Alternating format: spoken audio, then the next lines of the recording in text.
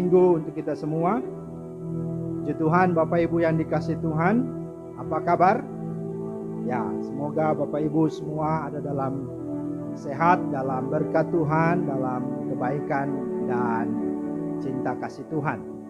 Nah, hari ini Bapak Ibu kita bersyukur kita sudah ada di bulan Oktober. Dan tentu di bulan Oktober sebagai gereja memperingati hari reformasi, ya. Tetapi juga di dalamnya kita boleh merayakan hari perjamuan kudus sedunia, sekaligus juga hari pekabaran Injil Indonesia. Dan karena itu di hari yang spesial ini kita bersyukur kita tidak hanya bisa memasuki di bulan yang baru, tapi kita boleh sungguh merenungkan akan karya dan anugerah Tuhan yang boleh sampai di bangsa kita. Itulah Injil. Karena itu mari kita siapkan hati kita mau sungguh-sungguh bersyukuri dan kita mau sungguh-sungguh beribadah kepada Tuhan. Mari kita bersatu teduh sejenak, kita ambil waktu teduh.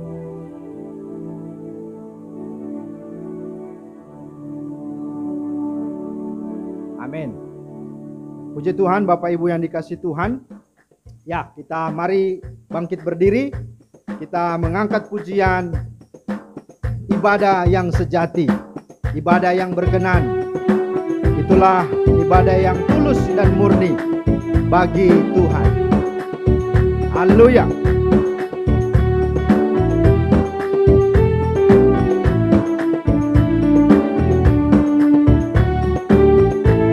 Apalah arti ibadahmu kepada Tuhan bila tiada rela sujud dan sungguh? Apalah arti ibadahmu kepada Tuhan bila tiada tulus dan syukur? Ibadah sejati jadikanlah persembahan. Ibadah sejati kasihilah sesamamu. Ibadah sejati yang berkenan bagi Tuhan, jujur dan tulus, ibadah murni bagi Tuhan.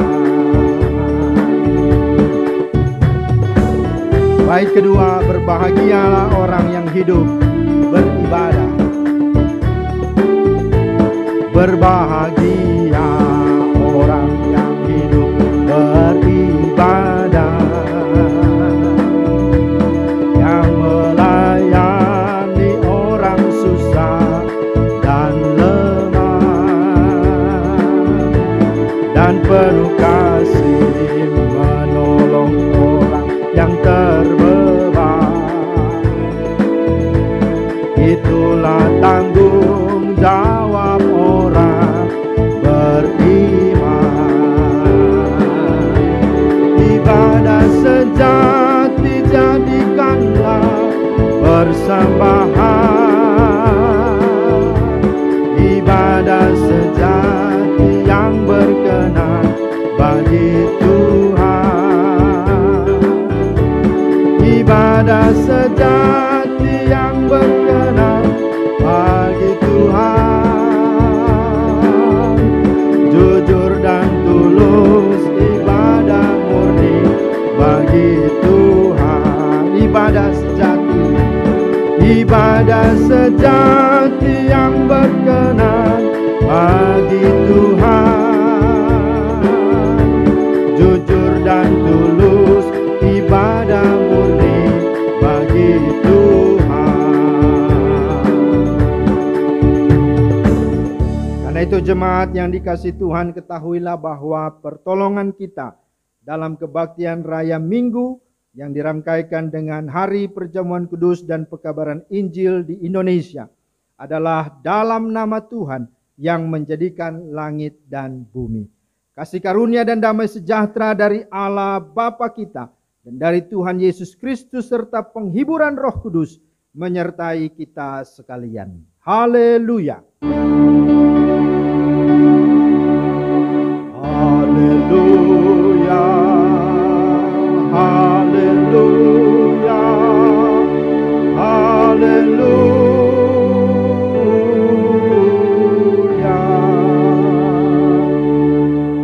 Nats pembimbing dalam ibadah minggu kita pada hari ini terambil dari Mazmur 119 ayat 105. Firman itu pelita bagi kakiku dan terang bagi jalanku. Demikianlah sabda Tuhan. Amin. Jemaat yang terkasih dalam Kristus, marilah saat ini dengan rasa sesal dan malu kita merendahkan diri, kita mengaku segala dosa kita dengan hati yang takut akan Tuhan. Firman Tuhan dalam Yesaya 59 ayat 2 berkata, tetapi yang merupakan pemisah antara kamu dan Allahmu ialah segala kejahatanmu, dan yang membuat dia menyembunyikan diri terhadap kamu sehingga ia tidak mendengar ialah segala dosamu. Karena itu marilah jemaat yang dikasihi Tuhan, dengan berdasarkan firman Tuhan ini kita datang mengaku dosa di hadapan Tuhan. Mari kita berdoa.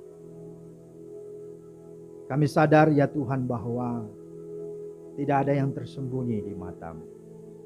Setiap pikiran, perkataan, sikap dan perbuatan, bahkan setiap langkah dan gerik, langkah bahkan seluruh apa yang kami lakukan, baik dengan keluarga kami, istri, suami, anak, orang tua, maupun juga dengan orang lain.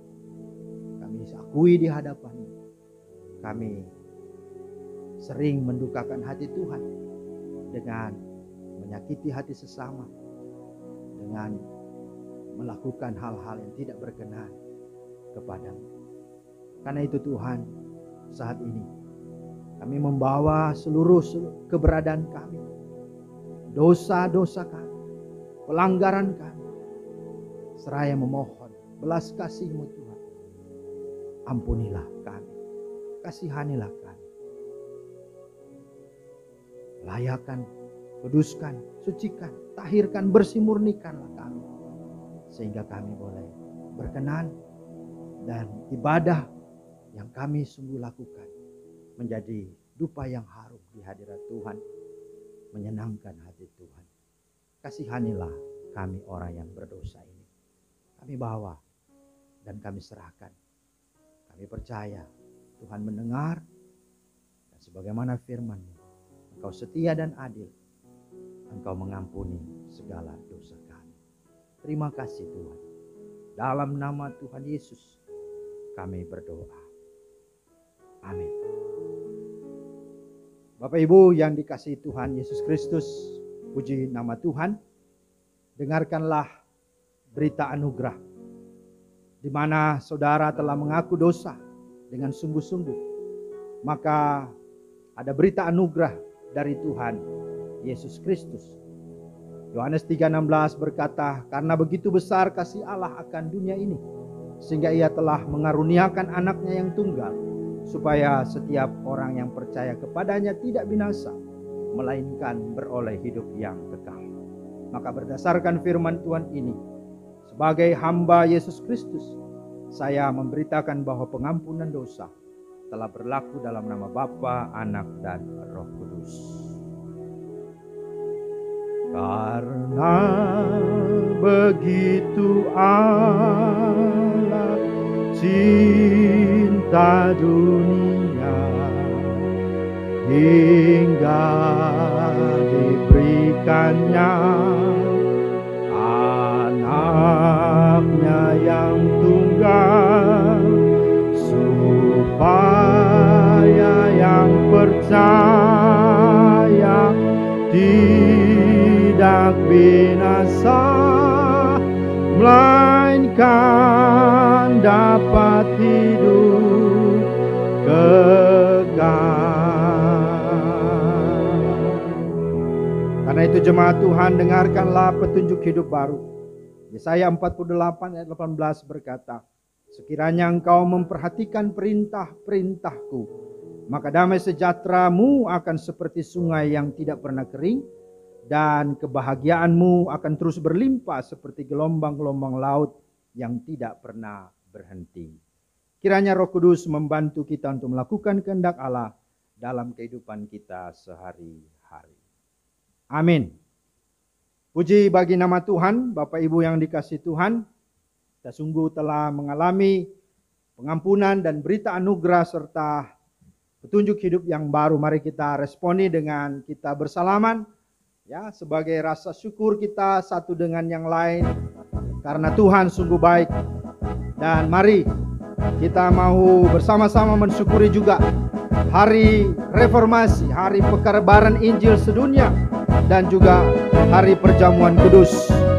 Kita beritakan, kita wartakan akan keselamatan Tuhan kepada segala bangsa.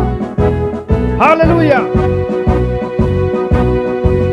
Kita harus membawa berita pada dunia dalam gelap tentang kebenaran dan kasih dan damai yang menetap, dan damai yang menetap.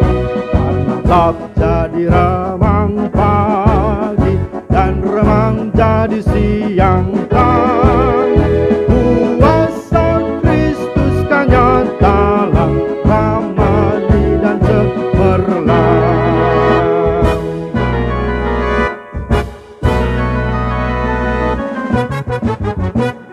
Kita harus bersaksi di dunia tentang kuasa darah kudus. Semoga yang masih sangsi terima sang penebus, terima sang penebus. Karena gelap jadi remang pagi dan remang jadi siang kan, kuasa Kristus kan nyatalah ramani dan cemerlang. Kuasa Kristus kan nyatalah ramani dan cemerlang. Puji Tuhan. Bapak Ibu, kita siapkan hati, kita akan dengar dan renungkan firman Tuhan. Mari kita memohon bimbingan Roh Kudus, kita berdoa. Kiranya damai sejahtera Allah yang melampaui segala akal, itulah yang akan memelihara dan menuntun hati kami untuk membaca dan merenungkan firman-Mu.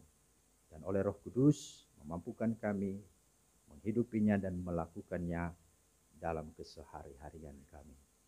Pakai dan urapi hamba-Mu dan seluruh jemaat-Mu. Di dalam nama Tuhan Yesus kami berdoa. Amin. Ya, puji Tuhan. Bapak Ibu yang dikasihi Tuhan, kita akan membaca firman Tuhan yang menjadi dasar perenungan kita pada minggu hari ini.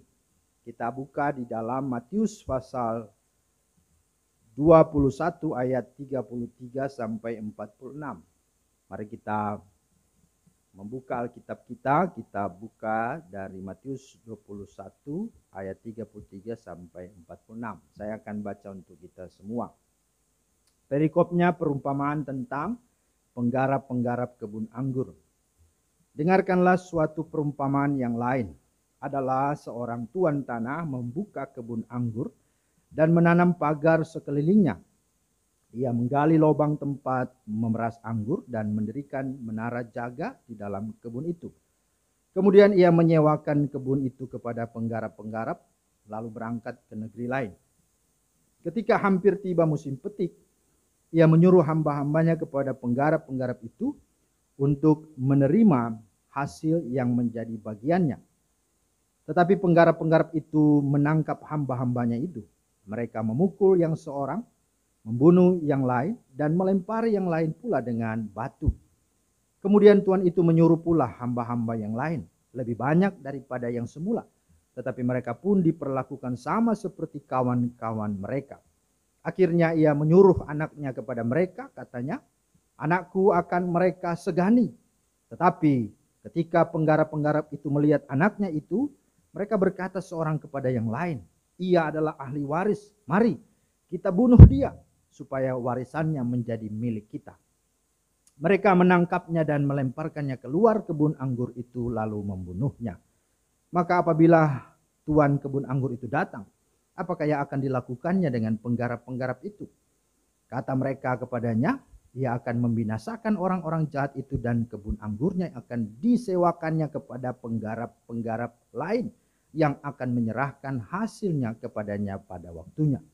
Kata Yesus kepada mereka, belum pernahkah kamu baca dalam kitab suci, batu yang dibuang oleh tukang-tukang bangunan telah menjadi batu pencuru? Hal itu terjadi dari pihak Tuhan, suatu perbuatan ajaib di mata kita.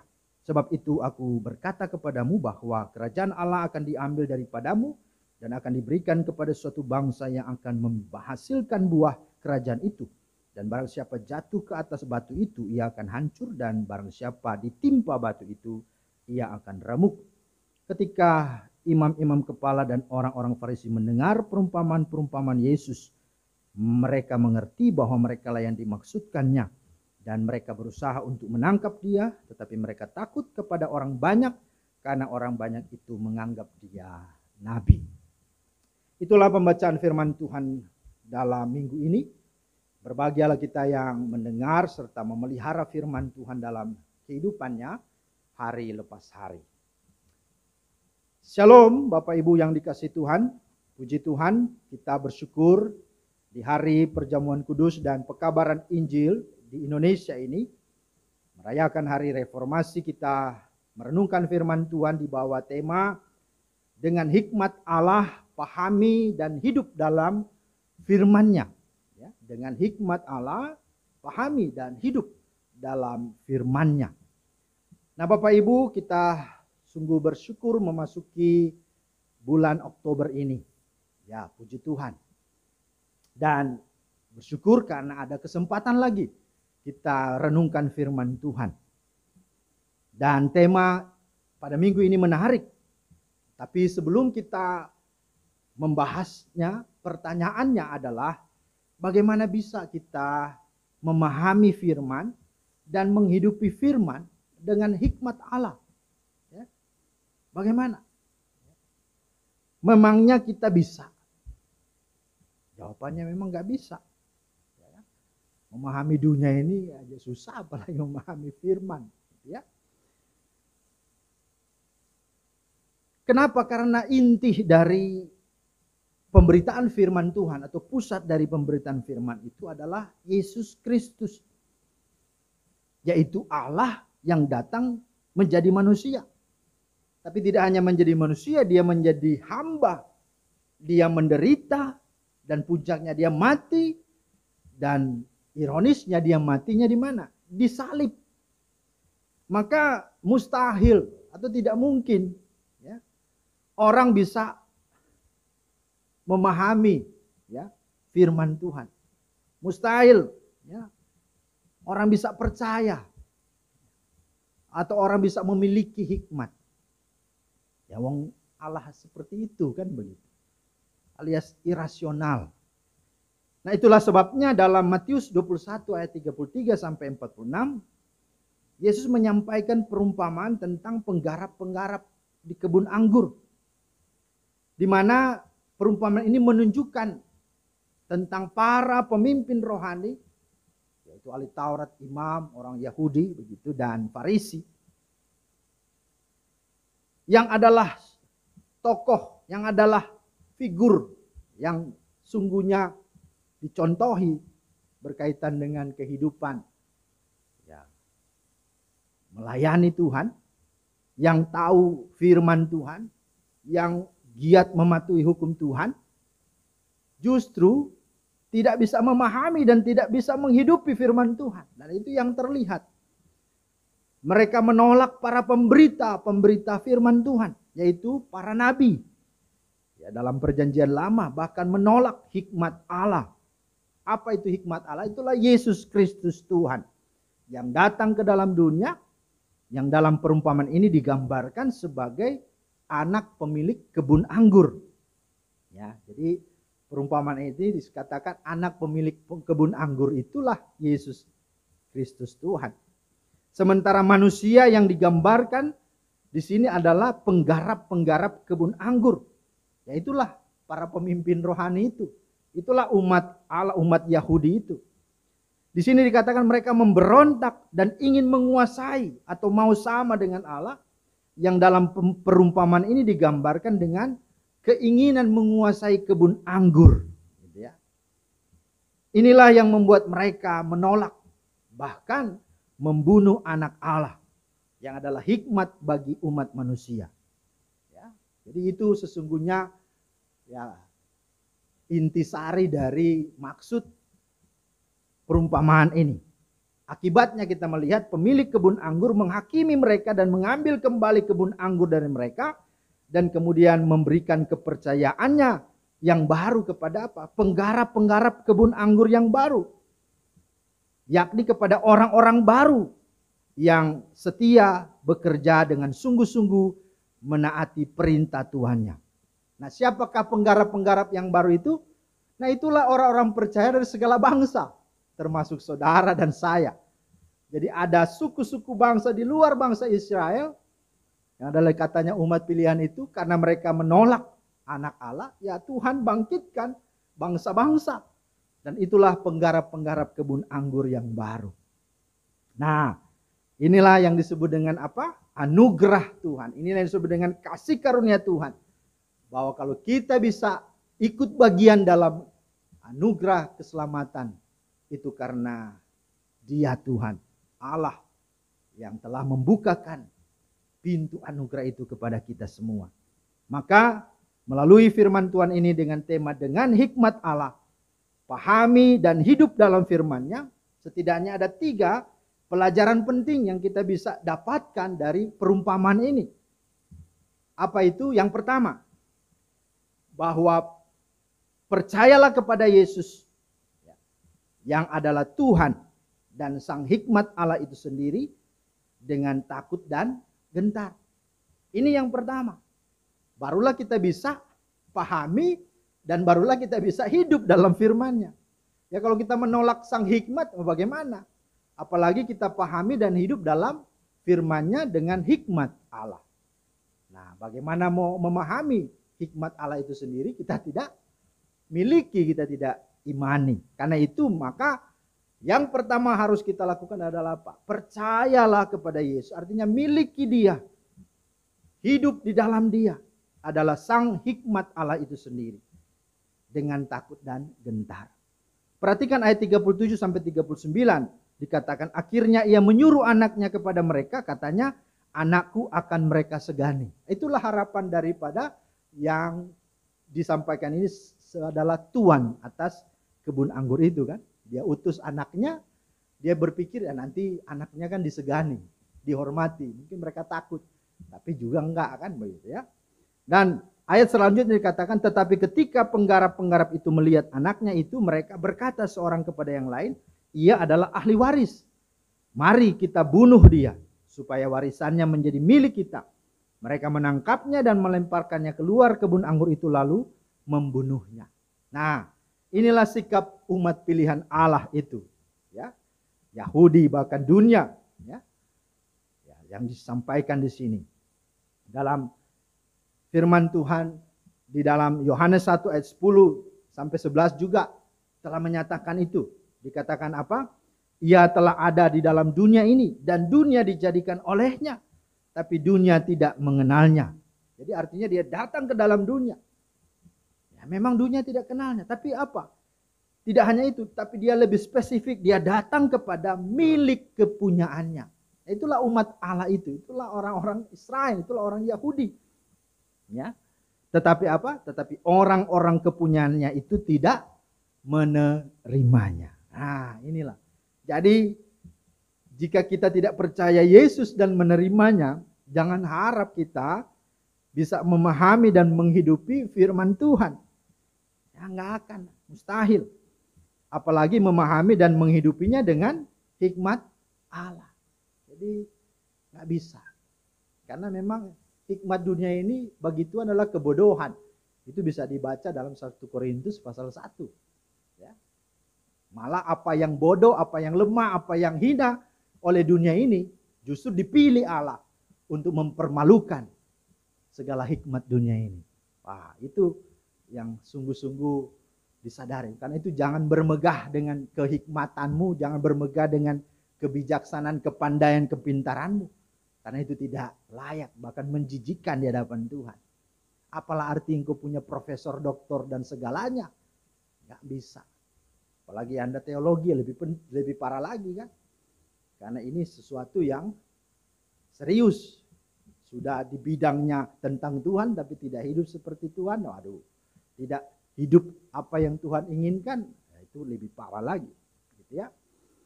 Nah, tetapi menarik di dalam ayat 12 dalam Yohanes 1 berkata apa? Tetapi semua orang itu adalah apa? Semua orang dari segala bangsa, suku, kaum dan bahasa. Ada kesempatan dibukakan Tuhan. Semua orang yang menerimanya diberinya apa? Kuasa supaya menjadi anak-anak Allah, yaitu mereka yang percaya dalam namanya. Nah, saudara, ini luar biasa. Artinya ketika seseorang tidak menolak dia, tapi percaya dan terima Yesus di hatinya, bahkan gentar kepadanya, maka kuasa Allah diantaranya apa? Hikmat Allah itu ada dalam hidupnya. Itulah Yesus Kristus. Karena dengan kita menerima dan percaya kepada Tuhan Yesus Kristus, maka di saat yang sama kita telah menerima hikmat Allah itu sendiri. Jadi di saat kita terima Yesus, maka otomatis di saat itu juga hikmat Allah itu ada dalam hidup kita. 1 Korintus 1 ayat 30 berkata, tetapi oleh Dia kamu berada dalam Kristus Yesus.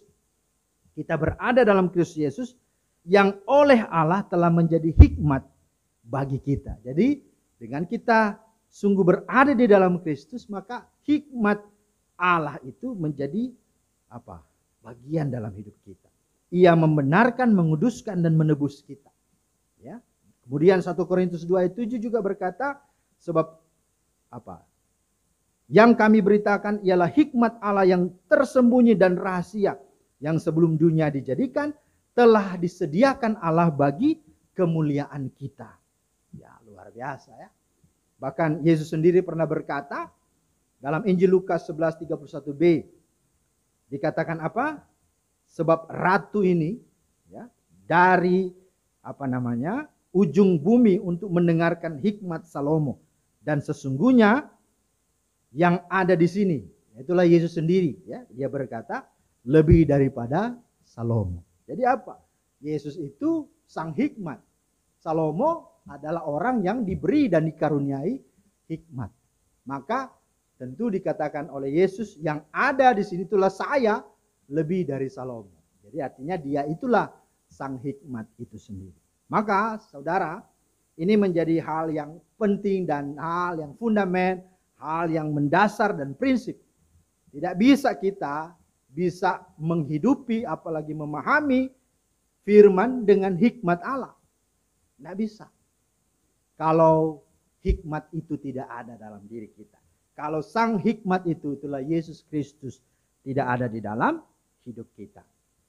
Maka setelah seseorang percaya dan memiliki Yesus dalam hidupnya, inilah cirinya. Dia apa? Dia akan berhikmat. Dia akan menjadi orang yang lebih bijaksana dalam hidupnya. Nah, saudara bisa perhatikan kan, waktu sebelum dalam Yesus, hidupnya urak-urakan kan, hidupnya pokoknya asal-asalan. Tapi begitu di dalam Yesus semua berubah kan. Kenapa? Karena hikmat itu mengatur, menata, dan menuntun kita kepada segala hal yang benar, segala hal yang baik.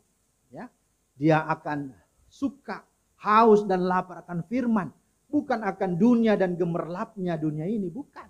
Itu bukan dia lagi. Ya, dikatakan oleh Paulus, hidupku bukannya aku lagi, bukan dunia lagi, tapi apa? Hidupku ya untuk dia. Hidupku bukannya aku lagi, melainkan ya hidup di dalam Kristus. Ya. Saudara-saudara yang dikasihi Tuhan Yesus Kristus, maka dia mulai apa? Membaca, merenungkan, dia juga mulai mendalami, ini kata memahami kan, dia mulai belajar, memahami akan Allah itu Tuhan itu di dalam firman Tuhan. Dan setelah itu apa? Dia hidupi. Nah, inilah baru pas, baru tepat. Orang itu akhirnya bisa mewujudkan tema ini dengan hikmat Allah, pahami dan hidup dalam firman-Nya. Wah. Dan kalau ini bisa, maka saudara juga bisa. Amin. Kita semua bisa. Tapi pastikan bahwa sang hikmat itu, sumber hikmat itu, dia ada di dalam hati kita. Amin. Nah, hal yang kedua dikatakan apa? Tidak hanya itu, ketika kita sungguh di dalamnya ada hikmat Allah, maka kita mulai hidup dalam firman-Nya, mulai hidup benar dalam firman-Nya. Ya. Apa itu? Kita mulai perlakukan. Ya. Salah satunya adalah yang memberitakan firman. Di sana dikatakan, perlakukanlah hamba-hamba Tuhan dengan hormat. Kalau di dalam ayat 34 sampai 46 dikatakan, ketika hampir tiba musim petik, ia menyuruh hamba-hambanya kepada penggarap-penggarap itu untuk menerima hasil yang menjadi bagiannya. Tetapi apa? Penggarap-penggarap itu menangkap hamba-hambanya itu. Mereka memukul yang seorang, membunuh yang lain, dan melempari yang lain pula dengan batu. Kemudian Tuhan itu menyuruh pula hamba-hamba yang lain lebih banyak daripada yang semula. Tetapi mereka pun diperlakukan sama seperti kawan-kawan mereka. Nah, saudara, tentu yang dimaksudkan oleh Yesus di sini adalah apa? Para nabi, ya, para pemberita yang menyuarakan kebenaran firman Tuhan. Bahkan di dalam perjanjian baru itulah para rasul. Coba saudara perhatikan, mereka apa? Ditangkap. Ya, orang Yahudi malah menangkap, memenjarakan. Ya, mereka dirajam dengan batu, mereka dibakar, mereka digantung, mereka disalib. Ya, banyak sekali ya hal-hal yang sungguh-sungguh apa yang Yesus katakan itu berkaitan dengan apa? Hamba-hambaku, alat di tanganku itu. Saudara-saudara yang dikasihi Tuhan Yesus Kristus. Inilah yang terjadi. Tuhan sudah mengutus para nabi, Tuhan mengutus rasul-rasulnya, tapi apa yang terjadi? Mereka menolaknya. Mereka tidak memperhatikan, mereka mengata-ngatai, bahkan memandang rendah. Dalam konteks sekarang adalah ya hamba-hamba Tuhan, begitu ya. Tentu seorang hamba Tuhan tidak menuntut untuk dihormati. Ya. Kenapa? Karena harga dirinya sudah di dalam Kristus. Ya. Kehormatan, kemuliaan itu adalah pada Kristus. Makanya Paulus berkata apa? Yang dahulu ku anggap untung, sekarang ku anggap rugi. Kenapa? Karena apa? Hidupku dalam Kristus itu lebih mulia, lebih terhormat daripada semuanya. Jadi kemuliaan itu bukan pada barang, bukan pada uang, ya bukan pada harta materi, bukan. Tapi kepada Kristus. Maka itulah nilai yang tidak bisa diganti. Itu sebabnya mereka mau dirajam dengan batu, mau dibunuh dengan cara bagaimanapun, tidak bisa untuk bisa membayar itu semua. Dan tidak bisa menggantikan akan pengorbanan Kristus yang sungguh-sungguh mahal. Bahkan tidak bisa untuk kita balas. Maka kalau kita bisa melakukan hal yang sama, ketika mati menderita dengan syahid, dengan martir, dengan setia, maka itulah kata Tuhan berharga di mata Tuhan kematian orang yang dikasihi. Ya, wah, itu sebuah persembahan yang harum di hadapan Tuhan. Maka ini hal yang harus diperhatikan. Ya, maka oleh karena itu kita harus sadar supaya kita juga ketika ada hikmat Allah, mari bersikap benar terhadap hamba-hamba Tuhan. Bersikap benar terhadap orang-orang yang menyatakan, yang menyampaikan, yang memwartakan dan memberitakan firman Tuhan. Jangan menolak mereka, jangan mencaci mereka, jangan mencibir mereka. Karena kita memperhatikan di dalam banyak hal dalam firman Tuhan mencontohi itu. Ya, kita sungguh-sungguh tahu bahwa Tuhan memberikan urapan kepercayaannya kepada mereka. Bahkan kata Tuhan, ya, barang siapa menyambut dan menghormati hambaku, muridku, dia tidak akan kehilangan upahnya. Ya. Mari kita baca Matius pasal 10 ayat 40 sampai 42. Ya, Matius 10 ayat 40 sampai 42. Di sana dikatakan begini. Barang siapa menyambut kamu, ia menyambut aku. Dan barang siapa menyambut aku, ia menyambut dia yang mengutus aku. Barang siapa menyambut seorang nabi sebagai nabi, ia akan menerima upah nabi. Dan barang siapa menyambut seorang benar sebagai orang benar, ia akan menerima upah orang benar. Dan barang siapa memberi air sejuk secangkir saja pun kepada salah seorang, ya, yang kecil ini, atau yang disebut dengan hambaku, karena ia muridku, aku berkata kepadamu, sesungguhnya ia tidak akan kehilangan upahnya daripadanya. Nah, saudara, bukan berarti kita tidak akan diberkati. Dan saudara, justru disinilah disebut orang-orang yang memahami dan menghidupi firman-Nya dengan hikmat Allah. Kalau di dalamnya ada hikmat Allah, maka setiap firman yang dia baca dan renungkan, setiap firman yang dia hidupi, itu akan menunjukkan kualitas etika dan moral hidup seseorang, karakter dan spiritualitas seseorang. Salah satunya adalah menghormati hamba-hamba Tuhan. Kalau kita perhatikan dalam firman Tuhan itu banyak, ya, seperti apa Abraham kepada 3 orang, ya, yang pada waktu itu adalah sebenarnya malaikat Tuhan, kan? Ada kepada 3 orang yang disebut tamu asing, gitu ya. Abraham langsung lari dan mengejar, Tuanku, Tuanku, jangan dulu melanjutkan perjalanan, ya kan? Singgahlah ke rumahku, ya mungkin minumlah sedikit air, kemudian hanya beberapa atau satu roti saja atau bagian yang kecil saja begitu. Tapi yang dia sampaikan tidak seperti itu, kan? Justru dia siapkan lebih banyak malah, ya. Itu bagian apa? Dia sadar, ya, bahwa dia juga adalah orang asing, pendatang. Maka dia juga menghargai. Walaupun dia tidak tahu pada awalnya itu adalah Tuhan, itu adalah malaikatnya. Tapi apa yang terjadi? Justru disitulah dia mendapatkan janji Tuhan, kan? Bahwa dia akan mendapat keturunan. Saudara, ini hal-hal yang harus disadari. Belum lagi kalau kita belajar, ya, dari kisah perempuan Sunem kepada Elisa. Coba kita lihat di situ, ya. Dalam 2 Raja-Raja 4 ayat 8 sampai 11. Ya. Elisa itu selalu melewati tempatnya untuk memberitakan suara kenabiannya. Tapi dia harus singgah dulu kepada perempuan ini. Rumah dari perempuan ini. Kenapa? Karena perempuan ini begitu sangat baik menyambut Elisa. Dia bahkan menyampaikan kepada suaminya, dia menghormati suami. Inilah orang-orang yang berhikmat. Jangan selalu menganggap hal rohani terus tabrak. Ya, artinya aturan suami pun gak apa-apa. Salah juga.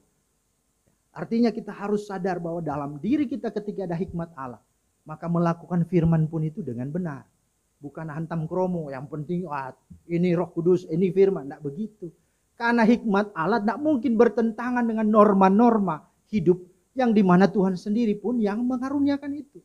Karena itu saudara jangan pernah selalu sombong rohani dan merasa nggak perlu lagi. Ya, apalagi sekarang protokol kesehatan nggak usah, kan begitu. Kita kan dalam Tuhan, kan begitu ya. Ada Roh Kudus. Nggak begitu memahami firman. Kalau kita di dalamnya ada hikmat Allah, maka kita akan tahu kita harus memberikan nutrisi rohani di hati kita dengan baik. Tapi secara fisik kita harus juga bentengi diri kita dengan protokol kesehatan. Itu contoh-contohnya. Kenapa? Karena di dalam dirinya ada hikmat Allah. Ini yang harus disadari. Nah, perempuan Sunem pun demikian.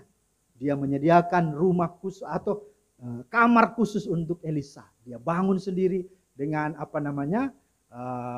uangnya, gitu ya. Tentu yang bangun tukang, bukan dia, ya. Tapi artinya dia yang membiayainya dan menyuruh menempatkan, ya, tempat tidurnya begini.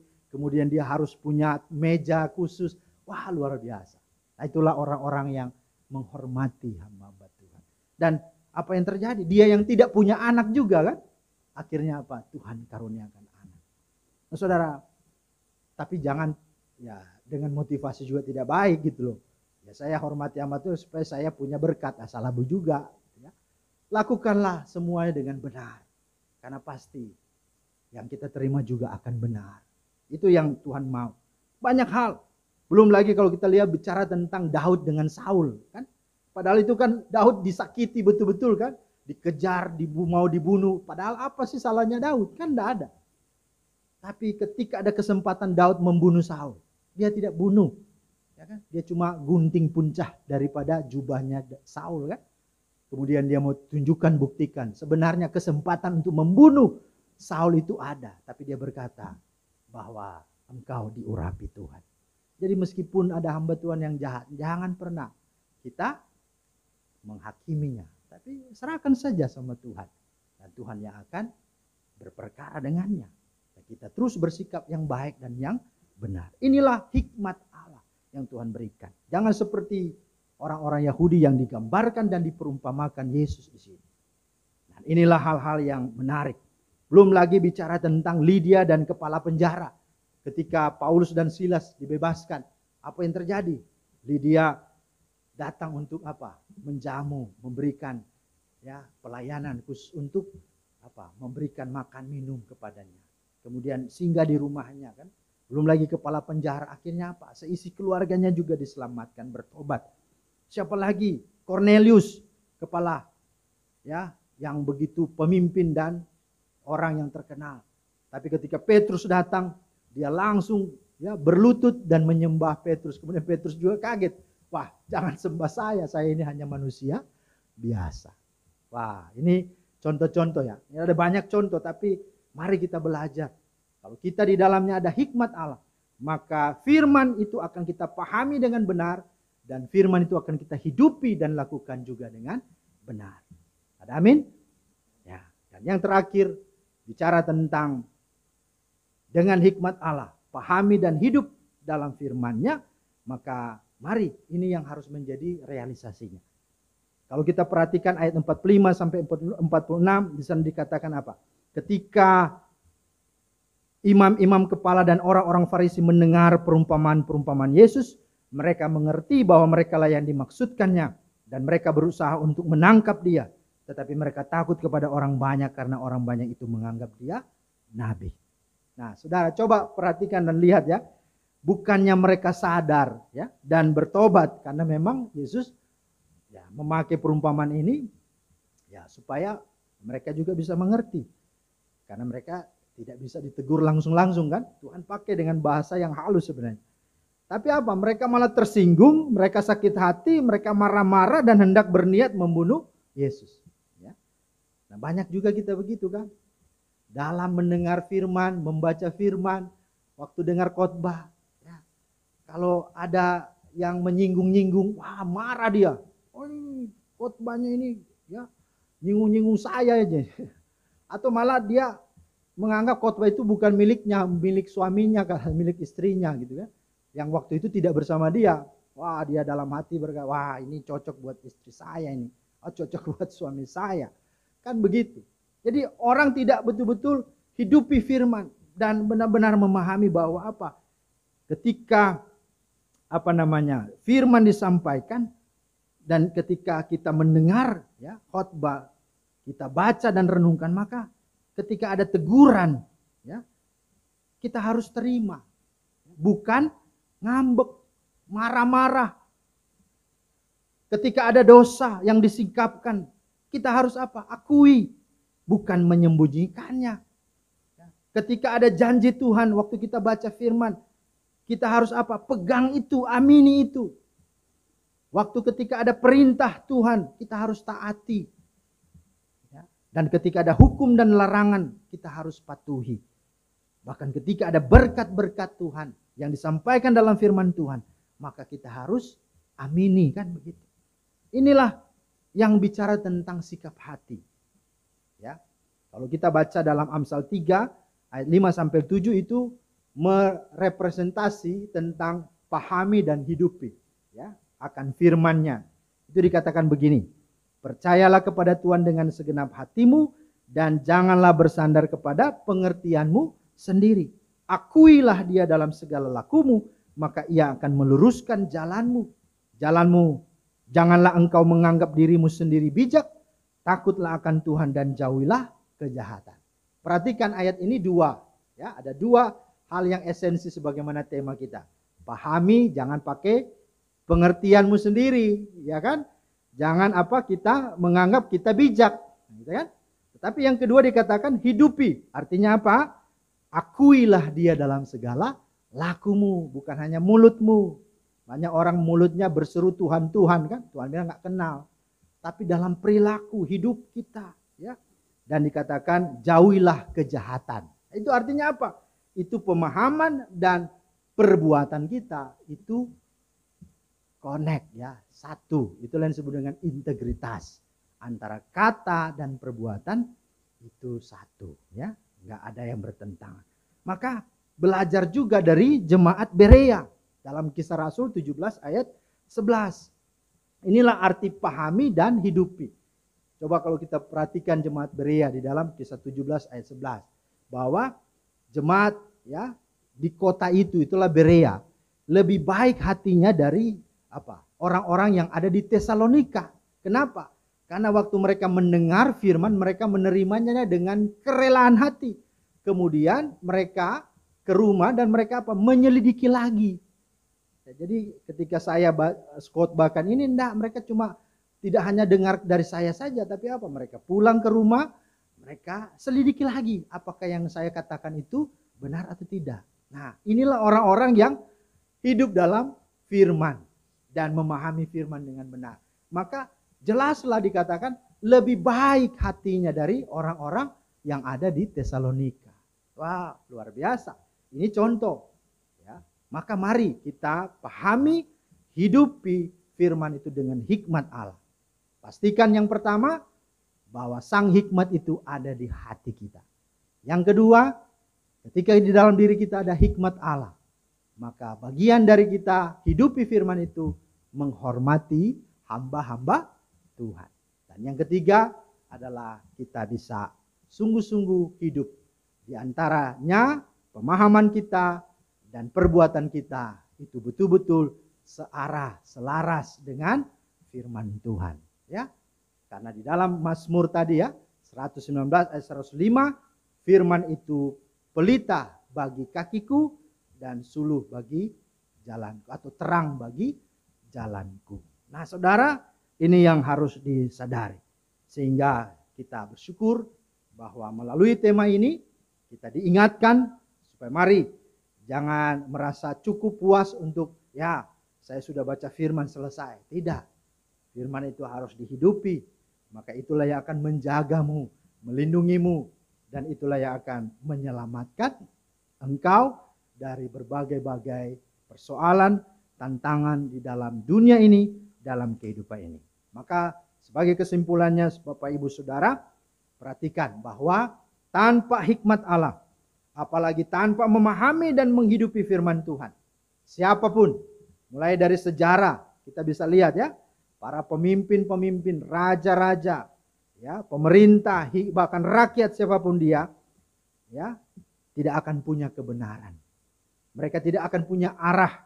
Mereka akan menjadi lalim, menjadi jahat, menjadi pesimis, penindas, pembual, pemecah belah, provokator malah, kan, dan lain sebagainya. Dan itu semua dicatat dalam sejarah. Ketika tidak ada firman di hati dan tidak ada hikmat Allah, maka lihatlah hidupnya, bangsanya, dan segala yang dilakukannya. Sekalipun dia kaya, dia posisi jabatan tinggi, tapi kalau tidak punya hikmat dan tidak menghidupi firman, ya, orang bilang apa? Waduh, ini terbalik gitu, ya. Ya, banyak orang sekarang kan begitu, ya. Ya, karena gara-gara sakit hati tidak lagi menjabat lagi begitu, ya. Buat aneh-aneh gitu kan, demonstrasi, aksi-aksi inilah, ya, macam-macam kan. Ya, untuk memprotes segala sesuatu, ya, begitu yang terjadi. Buat isu-isu yang sebenarnya nggak ada sebenarnya kebenarannya, tapi ya begitu. Karena sudah tidak berhikmat. Padahal dulu apa? Memimpin, pejabat, orang-orang yang terkenal, harusnya tidak begitu. Tapi seketika itu langsung down. Nah, ini hati-hati, ya. Maka kata Ahok, orang kalau diuji itu ketika ada kekuasaan, ya. Nah, tapi kalau sudah tidak ada, ya udah tadi, ya. Maka ini hal-hal yang perlu diperhatikan. Mari kita juga harus sadar bahwa dengan hikmat Allah itu kita akan hidup benar, hidup baik, yang kita hidup di dalam membela segala ketidakadilan, segala kemiskinan, penindasan, kekerasan, ya, segala hal-hal yang radikalisme, ya.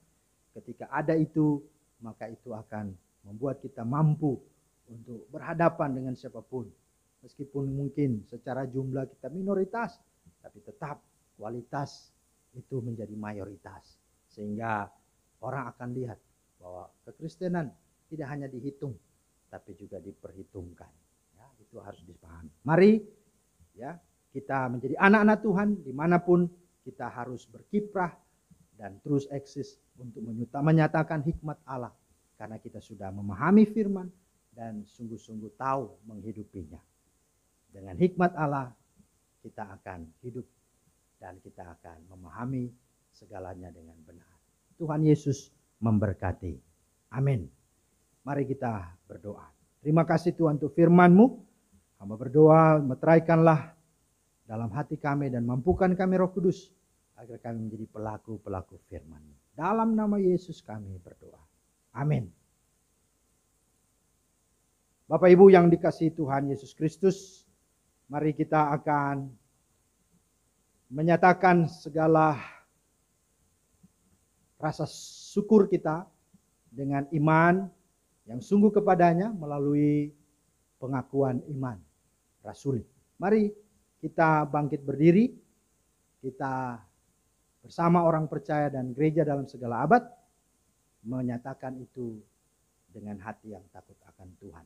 Kita berkata, aku percaya kepada Allah Bapa yang Maha Kuasa, Khalik langit dan bumi, dan kepada Yesus Kristus, anak yang tunggal Tuhan kita, yang dikandung daripada Roh Kudus, lahir dari anak darah Maria, yang menderita sengsara, mati di bawah pemerintahan Pontius Pilatus, disalibkan, mati dan dikuburkan, turun dalam kerajaan maut, pada hari yang ketiga bangkit pula dari antara orang mati, naik ke sorga, duduk di sebelah kanan Allah, Bapa yang Maha Kuasa, dan akan datang dari sana untuk menghakimi orang yang hidup dan yang mati. Aku percaya kepada Roh Kudus, gereja yang kudus dan am, persekutuan orang kudus, pengampunan dosa, kebangkitan daging dan hidup yang kekal. Amin. Bapak Ibu yang dikasihi Tuhan, puji Tuhan kita saat ini akan menerima tubuh dan darah Yesus melalui perjamuan kudus dengan roti dan anggur. Karena itu mari siapkan hati kita, kita angkat pujian. Berserah kepada Yesus, tubuh, roh, dan jiwaku.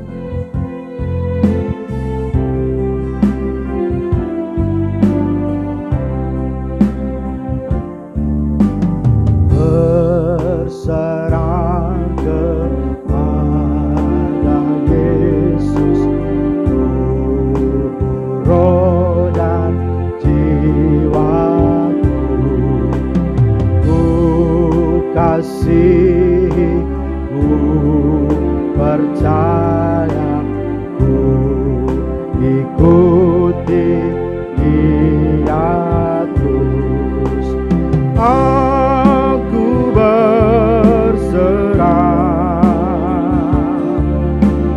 aku berserah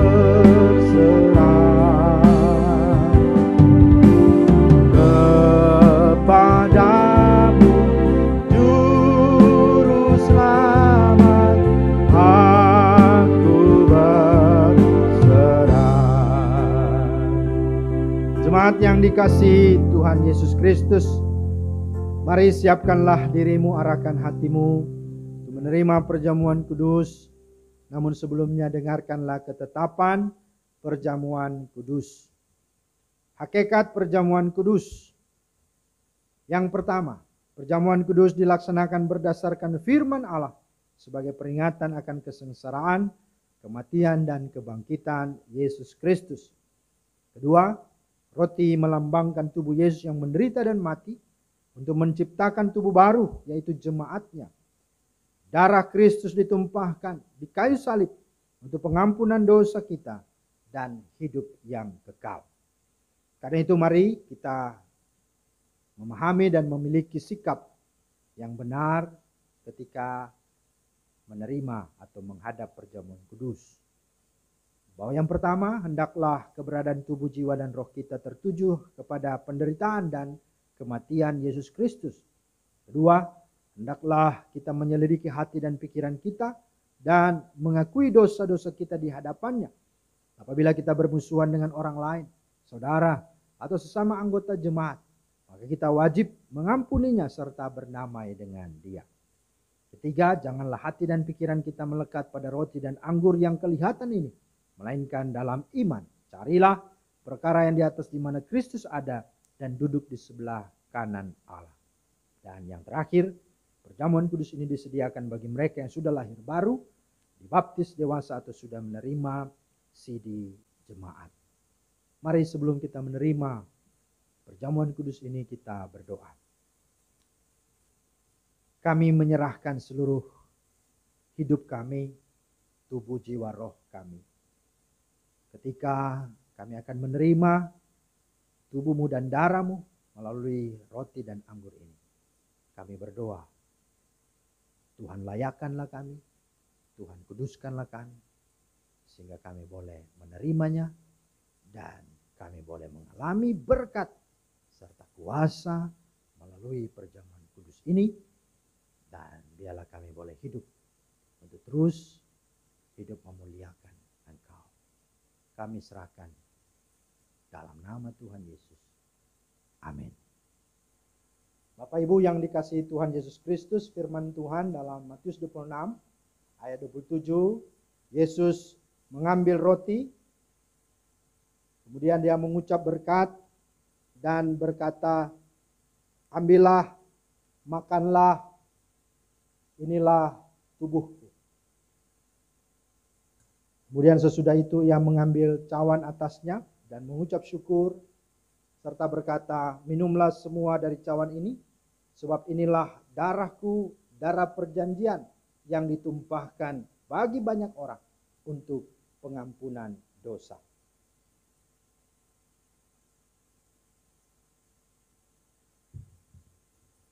Karena itu mari semua yang ada di rumah, para kepala keluarga ataupun yang tugas untuk bisa membagikan roti dan anggur kepada saudara-saudaramu atau kepada anggota keluarga. Sambil kita memuji Tuhan, tercurah darah Tuhanku di Bukit Golgota.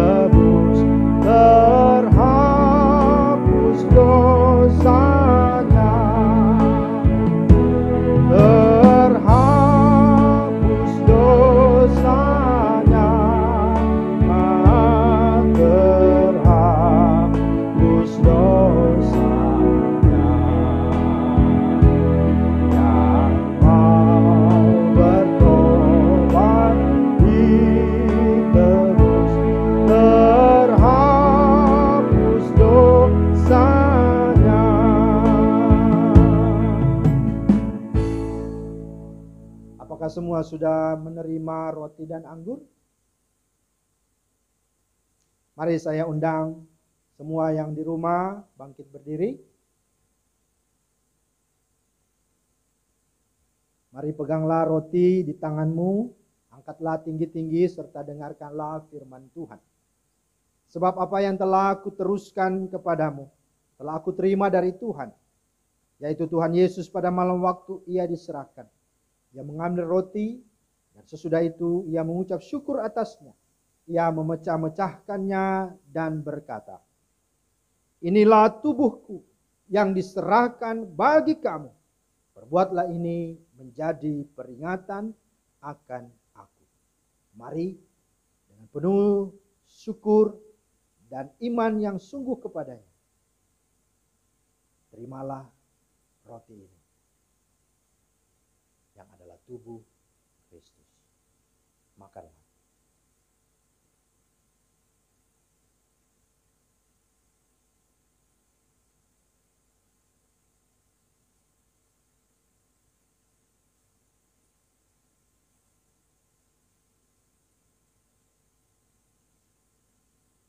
Jemaat yang dikasih Tuhan, sekarang angkatlah anggur di tanganmu tinggi-tinggi serta dengarkanlah firman Tuhan.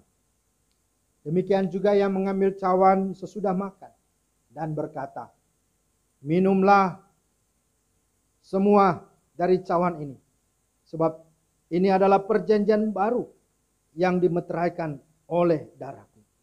Perbuatlah ini setiap kali kamu meminumnya, menjadi peringatan akan aku. Mari dengan penuh ucapan syukur dan iman yang sungguh hanya kepadanya, terimalah anggur cawan ini yang adalah darah Kristus. Minumlah.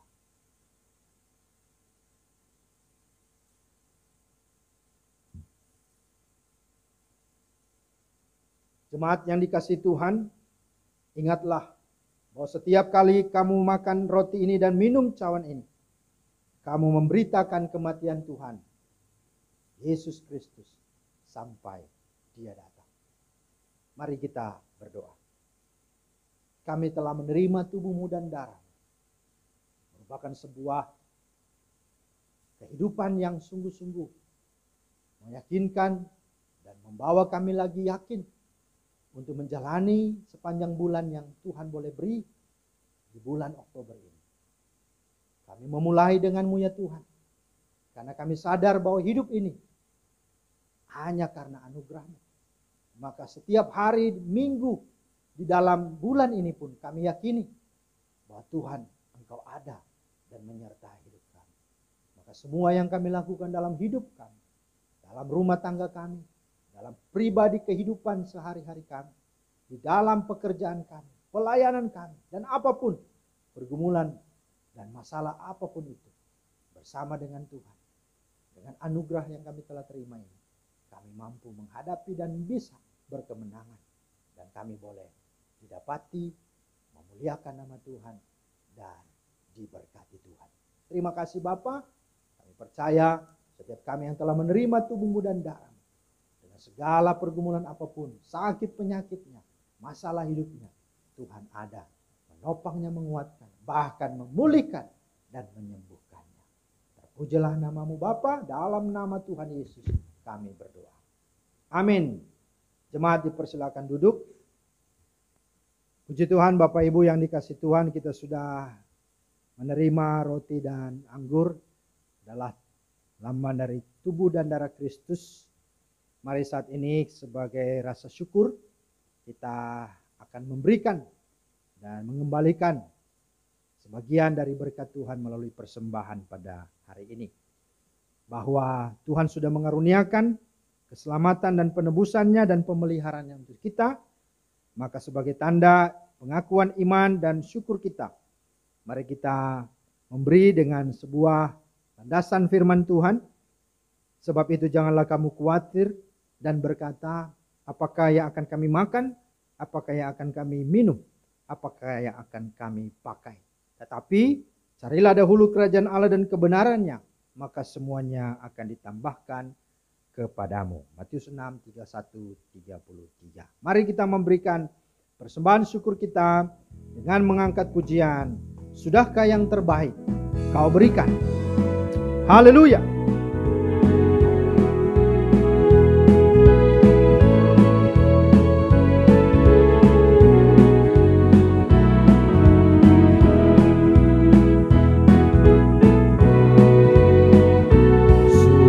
Sudahkah yang terbaik ku berikan kepada Yesus Tuhanku?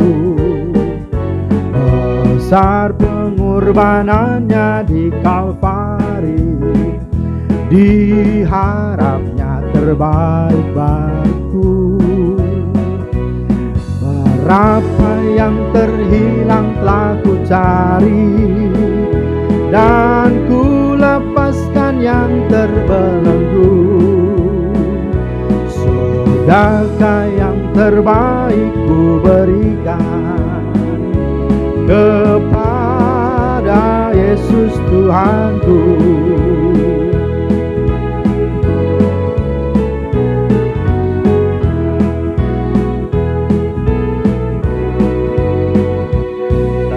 Telah ku perhatikan sesama, atau ku biarkan tegang?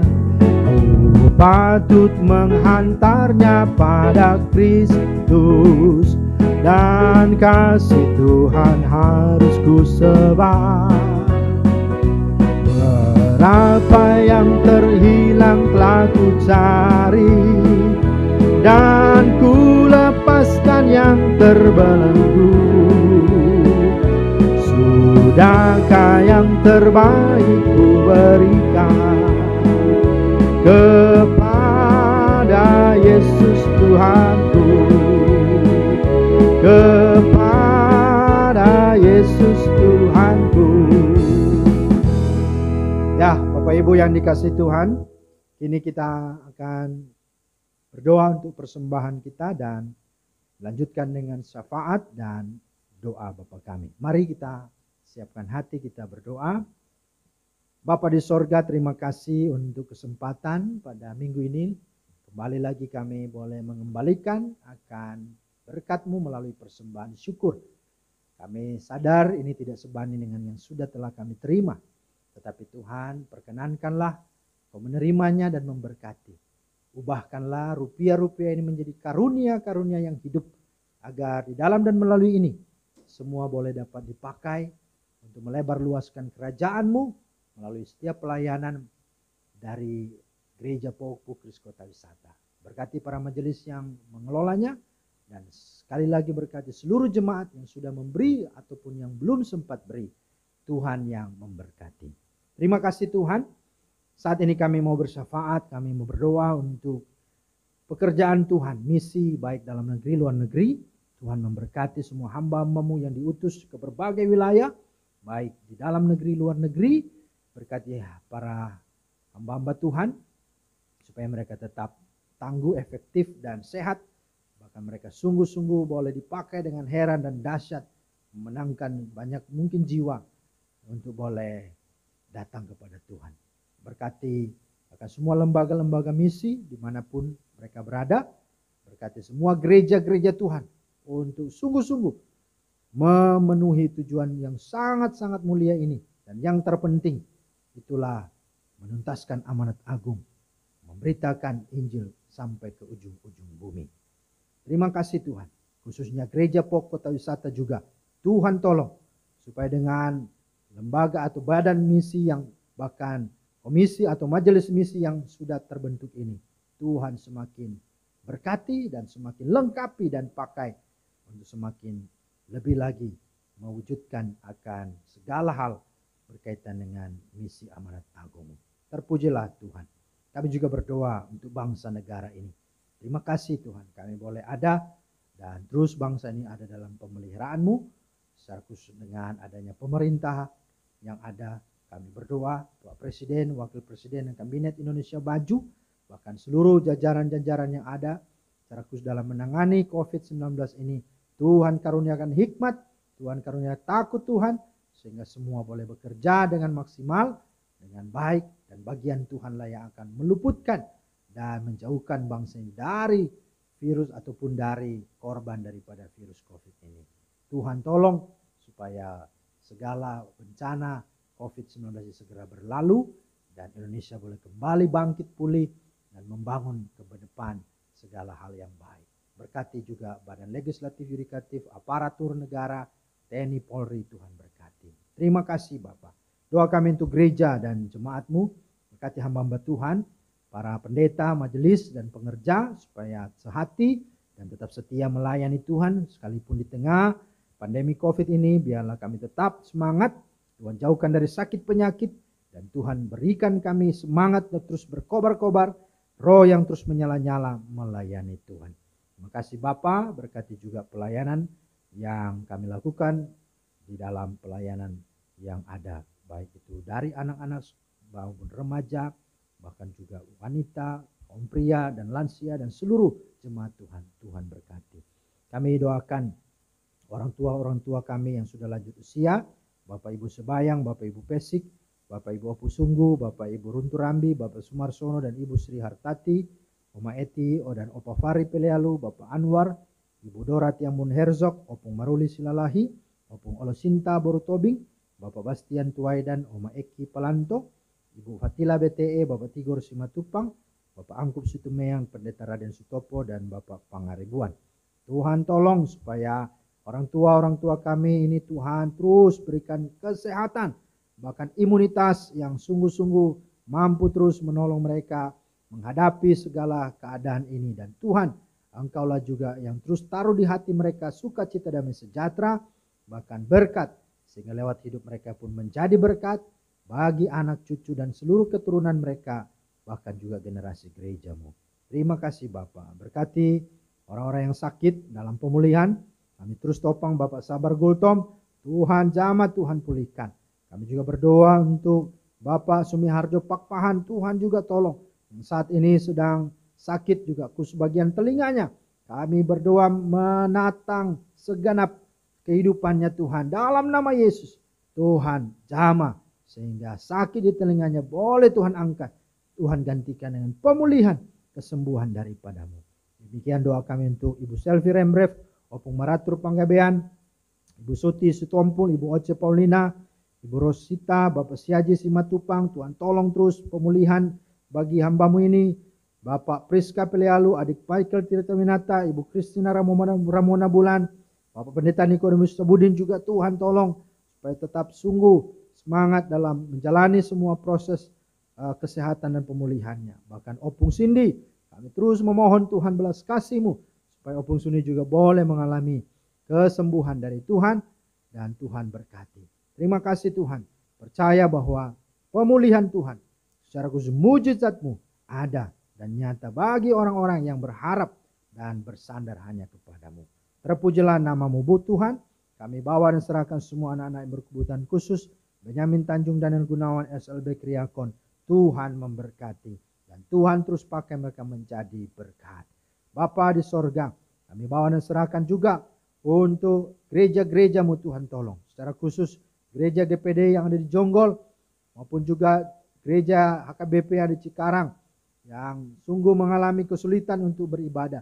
Tuhan tolong supaya Tuhanlah yang hadir dan Tuhan yang akan memberi jalan keluar sehingga umat-Mu boleh beribadah. Dan Tuhan boleh sungguh berperkara dengan setiap pihak kelompok yang mau mencoba mengganggu bahkan menghalang-halangi umat-Mu beribadah. Kami bawa dan kami serahkan semua hanya dalam tangan Tuhan. Terpujilah nama-Mu Tuhan. Kami doakan juga secara khusus untuk mereka yang berhari ulang tahun di minggu ini. Kami topang doakan Ibu atau Inang yang kami kasih, Ibu atau Inang Nurseha Napitupulu, Bapak Marsinta Hati Goran Simatupang, dan juga Saudara Matthew Ezer Azarel El Tobing. Terima kasih untuk usia yang Tuhan boleh beri. Biarlah dengan bertambah usia, bertambah cinta mereka, kenal mereka, dan kasih serta hidup memuliakan Tuhan lebih dan semakin bertambah-tambah juga. Doa kami berkati apa yang mereka kerjakan, Tuhan buat berhasil. Bahkan masa depan penuh dengan segala pengharapan hanya kepadamu. Terpujilah Tuhan, kami bersyukur untuk ibadah minggu ini, khususnya merayakan Hari Reformasi, Hari Perjamuan Kudus sedunia, dan Hari Pekabaran Injil di Indonesia. Semuanya karena anugerah Tuhan, sehingga kami boleh percaya kepadamu, karena ada pemberita-pemberita Injil, oleh karena anugerah karya Tuhan, yang boleh menggerakkan setiap mereka untuk mewartakan kasih-Mu. Demikian juga kami, tolong ya Tuhan, gerakan dan berkati dan pakai kami untuk juga terus memberitakan, mewartakan berita Injil itu kepada segala makhluk, kepada segala bangsa, bahkan dimanapun kami berada. Terpujilah nama-Mu, dalam nama Tuhan Yesus Kristus kami berdoa dan mengakhiri dengan doa yang Kau ajarkan bagi kami semua. Bapa kami yang di sorga, dikuduskanlah nama-Mu, datanglah kerajaan-Mu, jadilah kehendak-Mu di bumi seperti di sorga. Berikanlah kami pada hari ini makanan kami yang secukupnya. Ampunilah kami akan kesalahan kami, seperti kami juga mau mengampuni orang yang bersalah kepada kami. Dan janganlah membawa kami ke dalam pencobaan, tapi lepaskanlah kami daripada yang jahat. Karena Engkaulah yang punya kerajaan dan kuasa dan kemuliaan sampai selama-lamanya. Amin. Ya, Bapak Ibu yang dikasih Tuhan, kita sudah di akhir ibadah kita dan kita bersyukur bahwa kita boleh bersama-sama memperingati hari reformasi, hari pekabaran Injil di Indonesia dan perjamuan kudus sedunia. Karena itu, mari jangan kita lupa, kita dipanggil Tuhan untuk memberitakan Injil sampai Dia datang. Karena itu, lihatlah sebagaimana pujian, ladang sudah menguning dan siap untuk dituai. Respon daripada kita ketika Tuhan berkata, siapakah yang akan kuutus? Maka jawab kita, inilah aku, utuslah aku. Tuhan memberkati. Mari kita bangkit berdiri, kita angkat pujian dengan semangat. Lihatlah ladang sudah menguning, telah siap dituai. Siapa yang jadi nuainya, yang mau bekerja bagiku? Ini aku, utuslah oh Tuhan, menjadi pekerjamu. Perlengkapi dengan rohmu, ku tak berdaya sendiri. Ku utus kau dengan kuasaku. Jangan takut, jangan tawar, beritakan Injilku. Bersatulah, bersatulah, membangun kerajaanku. Ku pilih kau, ku utus kau, ku akan menyertaimu. Ku mau taat, ku mau pergi dengan kuasamu. Kuatkanlah, teguhkanlah hatiku, Tuhanku. Kami satu, kami maju membangun kerajaanmu. Pimpin kami, penuhi kami dengan kuasa Roh Kudus. Pimpin kami, penuhi kami dengan kuasa Roh Kudus. Mari jemaat, arahkan hatimu kepada Tuhan Yesus Kristus dan terimalah berkat-Nya. Tuhan memberkati engkau dan melindungi engkau. Tuhan menyinari engkau dengan wajah-Nya dan memberi engkau kasih karunia. Tuhan menghadapkan wajah-Nya kepadamu dan memberi engkau damai sejahtera dari sekarang dan sampai selama-lamanya. Amin.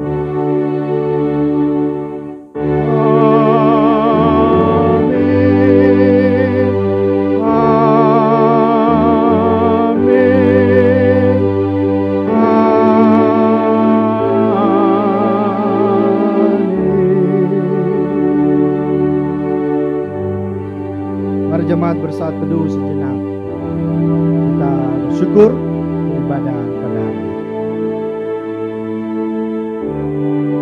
Amin. Jemaat Tuhan, gembala, pendeta, majelis dan seluruh jemaat mengucapkan selamat hari Minggu.